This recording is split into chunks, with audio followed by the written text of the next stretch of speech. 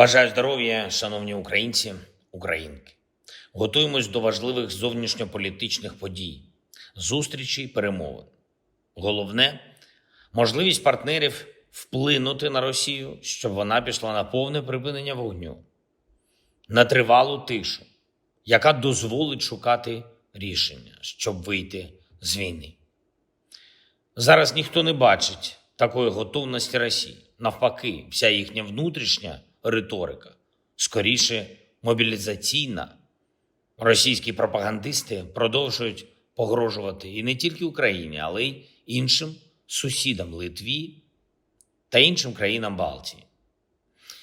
Власне, це те, про що ми давно говоримо. Без тиску на Москву Росія продовжить воювати.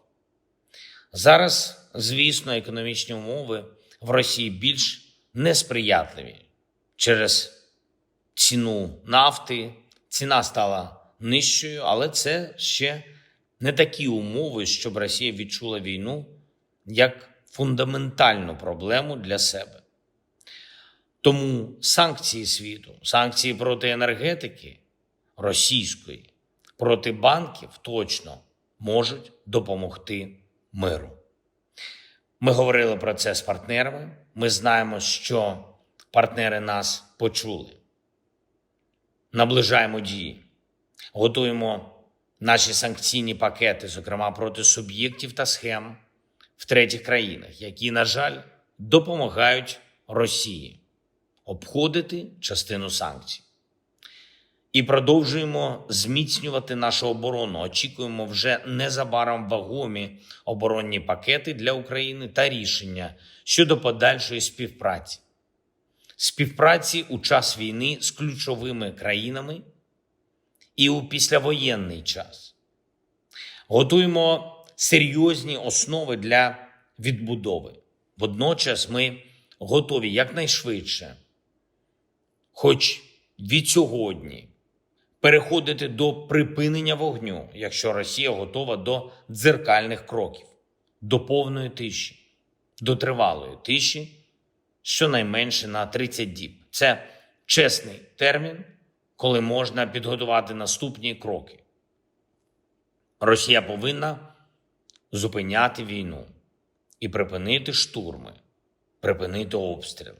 Станом на зараз інтенсивність російських ударів не свідчить ні про що, окрім російського бажання і далі воювати. Кожної ночі під сотню шахедів. Тільки за один цей тиждень від понеділка по суботу вже більш ніж 950 російських авіабомб. Щодня інтенсивні бої на Покровському напрямку, на інших Донецьких напрямках.